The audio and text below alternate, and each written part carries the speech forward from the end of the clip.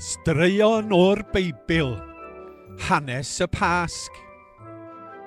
Tra roedd Iesu ar y ddaear, dysgodd bawb am gariad Duw ac wneud lot o wirthiau. Fel gwella pobl. Tawelu stormydd a chodi pobl o farw'n fyw. Wahoo!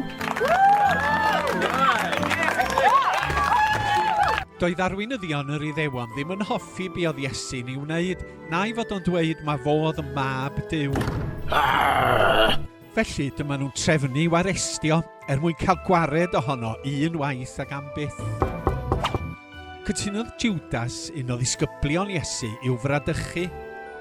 Tyd i mewn, tyd i mewn! A'i drosglwyddo i ddwylo'r arweinyddion a Marian.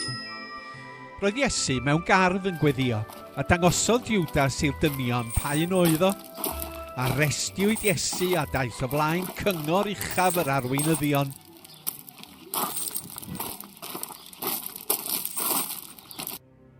Dyma nhw'n gofyn i'r Iesu a ef oedd y Meseia, mab Duw. Dywedodd Iesu, ia. Roedd y cyngor yn gandryll ac yn gweiddi fod Iesu'n euog a bod yn rhaid iddo farw.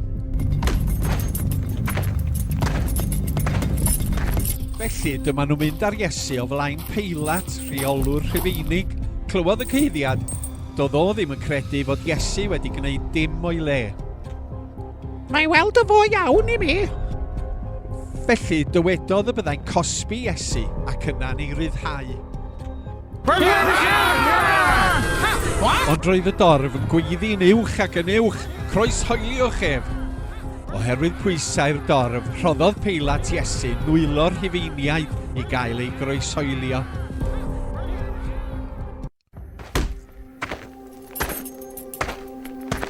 Ddaru nhw frifo Iesu a phoeri arno, cymerwyd i ddillad a rhoddwyd coron o ddrain ar ei ben. Roedd wedi guro'n ddrwg a gwnaeth y milwyr hwyl am ei ben gan ddweud eich mawr hydy brenin yr Iddewon.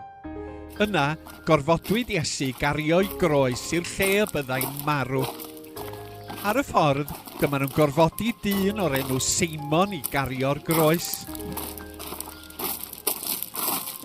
Pan gyrhaeddodd Iesu y lle oedd i gael ei groesoelio o'r enw'r penglog, dyma'r milwyr yn ei hoelio ar y groes gan aros iddo farw.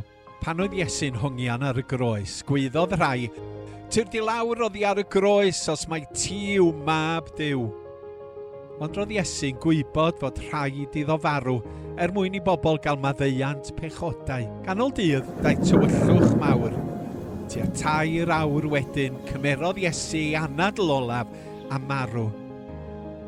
Y funud honno bu daeargryn, rhwygodd llen y deml oedd yn gwahanu'r offeiriad oddi o'r lle sanctaidd Duw yn ddwy.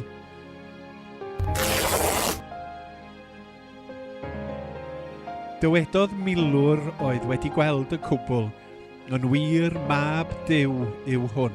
Yna daeth dyn caredig o'r enw Joseph a gosod corff Iesu mewn bedd. Aeth 2 ddiwrnod heibio ac nid oedd gobaith. Ond y fuan iawn ar fore Sul, daeth merched oedd yn caru'r Iesu i weld ei gorff, ond roedd y garreg fawr o flaen ei fedd wedi ei symud. Nid oedd Iesu yno, roedd y bedd yn wag.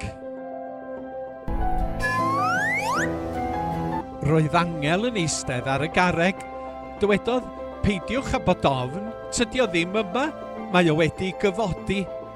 Yna dyma'r merched yn cofio i fod wedi dweud y byddai'n dod yn fyw ar ôl 2 ddydd. Woohoo!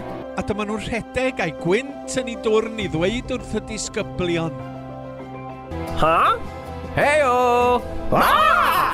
Wedyn, am 40 diwrnod roedd Iesu'n ymddangos i'r disgyblion a llawer o bobl eraill.